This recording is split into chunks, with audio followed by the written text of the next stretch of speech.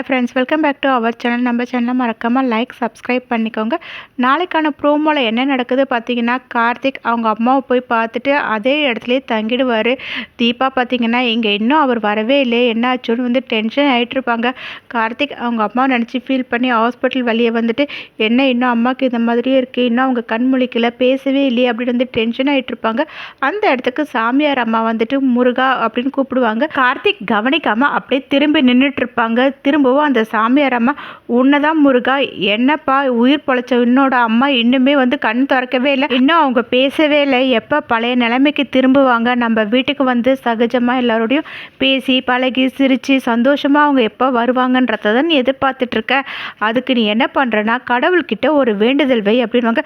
கார்த்திக் ஒன்றும் புரியாமல் பார்த்துட்டு இருக்கும்போது அப்போ அந்த சாமியார் அம்மா சொல்லுவாங்க, மனசார வேண்டிக்கிட்டு நீ கடவுள்கிட்ட ஒரு வேண்டுதல் வை, கண்டிப்பாக உங்கள் அம்மா கண் முழிச்சிருவாங்க அப்படின்னு வந்து சொல்லிட்டு இருப்பாங்க. அதை கேட்ட கார்த்திக்கும் அந்த சாமியார் அம்மாவுக்கு ரொம்ப நன்றிங்கன்னு சொல்லிட்டு கோவில் கிளம்பி போயிட்டு வேண்டிட்டு இருப்பாரு. இப்படியே இந்த ப்ரோமோ எண்டாக்கும். நெக்ஸ்ட் எபிசோடில் என்ன நடக்கு தெரிஞ்சுக்க நம்ம சேனல் லைக் பண்ணுங்கள், ஷேர் பண்ணுங்கள், மறக்காமல் சப்ஸ்கிரைப் பண்ணிக்கோங்க. தேங்க்யூ.